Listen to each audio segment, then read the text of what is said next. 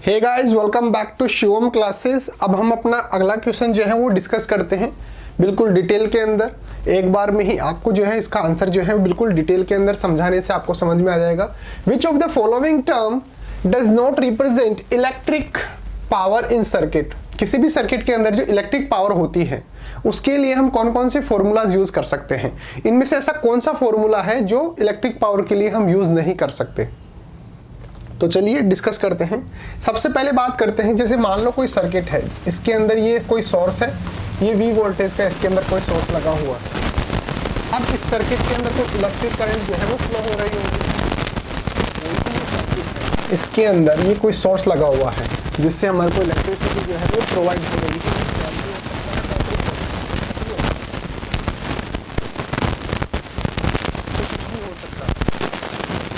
तो हमारे को जो इनमें से कोई सा फॉर्मूला जो है वो अगर कैलकुलेट करना है तो सबसे पहले एक ऐसा फॉर्मूला हमारे को चाहिए जो यूनिवर्सल है, मतलब उससे जो है हम इलेक्ट्रिक पावर जनरेट कर सकते हैं।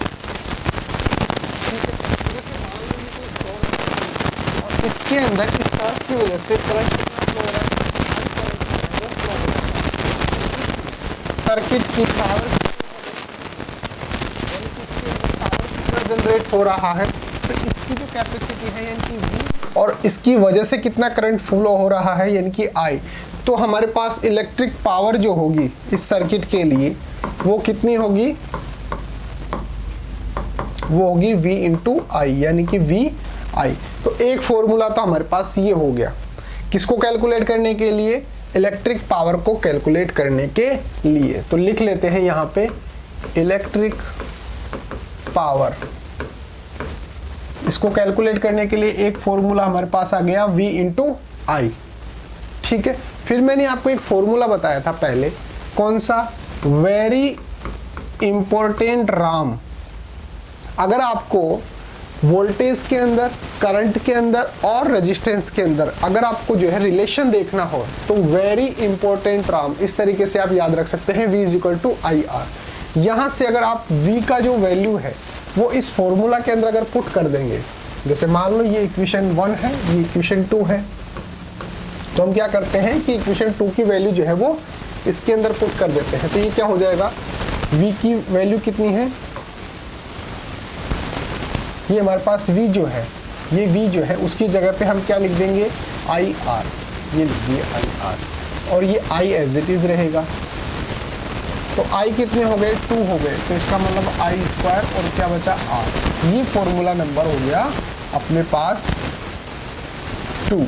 तो एक फॉर्मूला तो ये हो गया, एक फॉर्मूला ये हो गया, 2 फॉर्मूलाज हो गए हमारे पास। ठीक है, अब क्या करते हैं, अभी हमने यहाँ पे क्या किया, ये वाला जो फॉर्मूला था मेरे पास, इसके अंदर अपनी V की वैल्यूज पुट की। यहाँ से ही अगर मैं I की वैल्यू कैलकुलेट करूँ तो कितना हो जाएगा, V अपॉन R। अगर मैं यहाँ से I की वैल्यू पुट करूँगा तो R को जो है वो अपॉन के अंदर ले जाऊँगा तो I is equal to V upon R हो जाएगा। अब ये वाली जो वैल्यू है वो मैं इस फॉर्मूला के अंदर से पुट करूँगा, लेकिन इस बार मैं किसकी वैल्यू पुट कर रहा हूँ, I की वैल्यू पुट कर रहा हूँ। अभी मैंने किसकी की थी, V की थी, अब किसकी कर रहा हूँ, I की कर रहा हूँ। तो चलिए करते हैं। जैसे V तो एज इट इज रहेगा, अब I की जगह पे मेरे को क्या लिखना है, V अपॉन R। ये वाली वैल्यू जो है वो यहाँ पर आ जाएगी I की जगह पे। तो V कितना हो गया, 2 हो गया, तो इसका मतलब V स्क्वायर अपॉन R। एक फॉर्मूला मेरे पास ये हो गया। तो मेरे पास इलेक्ट्रिक पावर को शो करने के लिए, एक फॉर्मूला तो क्या मिला था मेरे को स्टार्टिंग के अंदर, VI। एक फॉर्मूला मेरे को क्या मिला, I स्क्वायर R। एक फॉर्मूला मेरे को क्या मिला, V स्क्वायर अपॉन। ये तीनों के फॉर्मूलाज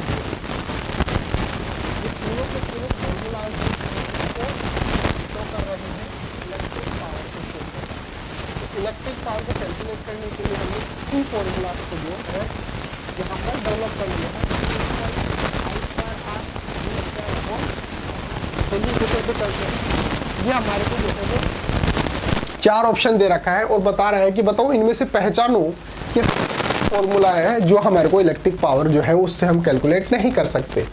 सबसे पहले तो हमने जो स्टार्टिंग के अंदर यूज किया था V इंटू आई, ये तो हम कर सकते हैं। फिर इससे हमने क्या जनरेट किया था, आई स्क्वायर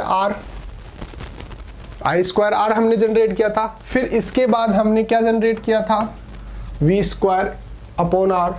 लेकिन हमने ये वाला फॉर्मूला जो है कैलकुलेट नहीं किया। इसका मतलब ये फॉर्मूला इसका नहीं होता भाई, ये होता है, ये होता है, ये होता है। तो बचा कौन सा, हमारा आंसर क्या होगा, ये। ऑब्वियस सी बात है। तो चलिए इसको कैसे लिखना है, नोटबुक के अंदर इस तरीके से लिखना है। बी करेक्ट आंसर है। इलेक्ट्रिक पावर जो होती है वो V इंटू आई होती है, ये VI है, ठीक है, is equal to IR into I. ये IR मैंने कहाँ से लिया है, ये आपने जो वेरी इंपॉर्टेंट राम, तो यहाँ से V की वैल्यू जो है इसने क्या लिख दी, IR लिख दी, इसकी जगह पे IR लिख दिया, I को एज इट इज लिख दिया। तो ये आई स्क्वायर आर हो जाएगा, यानी कि ये वाला फॉर्मूला मेरे पास आ जाएगा। ये मैंने जो है स्टार्टिंग के अंदर यूज कर लिया। अब V इंटू आई जो है इसके अंदर I का वैल्यू जो है मैं क्या लिख दूंगा, I इज इक्वल टू क्या हो जाएगा, V अपॉन आर। अब ये वैल्यू मैं क्या कहाँ पे रख रहा हूँ, I की जगह पे रख रहा हूँ, V अपॉन आर। ये V एज इट इज रहेगा, तो ये V स्क्वायर आर, तो ये वाला हो गया। इसका मतलब ये वाला जो फॉर्मूला होता है वो इलेक्ट्रिक पावर के लिए हम यूज नहीं कर सकते हैं। सो IR square does not represent electric power, इसलिए हम बोल सकते हैं कि IR स्क्वायर जो होता है वो इलेक्ट्रिक पावर के लिए हम यूज नहीं कर सकते। ये फॉर्मूला जो है इलेक्ट्रिक पावर को कैलकुलेट करने के लिए नहीं होता है। इस तरीके से आप इस क्वेश्चन को जो है वो कर सकते हैं। तो इसका करेक्ट आंसर आपको लगाना है, तो क्या लगाएंगे, बी आंसर जो है वो करेक्ट है। इस फॉर्मूला से हम इलेक्ट्रिक पावर को जो है वो कैलकुलेट नहीं कर सकते। उम्मीद है आपको समझ में आया होगा। एक आपके लिए अनाउंसमेंट है कि अगर आपको अपनी क्लास का कंप्लीट स्टडी मटेरियल चाहिए, जैसे notes, videos, model paper, NCERT solutions, MCQ test, previous year के पेपर, ये सब कुछ चाहिए और वो भी बिल्कुल फ्री के अंदर, तो अभी प्ले स्टोर पे जाइए और शिव ओम क्लासेस नाम से हमारी जो ऐप है वो ऐप आप डाउनलोड कर लीजिए। इस ऐप के अंदर आपको सब कुछ फ्री के अंदर मिल जाएगा। एक काम और कर सकते हो, जो मेरा व्हाट्सअप नंबर है वो भी आप नोट डाउन कर लीजिए। अगर कोई भी डाउट आता है किसी भी सब्जेक्ट में या फिर नोट्स वगैरह चाहिए हो PDF फॉर्मेट के अंदर, तो आप मेरे को डायरेक्टली व्हाट्सएप पे मैसेज कर सकते हैं 8696608541, ये मेरा व्हाट्सएप नंबर है। तो उम्मीद है आपको आंसर जो है वो समझ में आया है। मिलते हैं अगले टॉपिक के साथ, तब तक बने रहिए शिवम क्लासेस के ऑनलाइन प्लेटफॉर्म के साथ।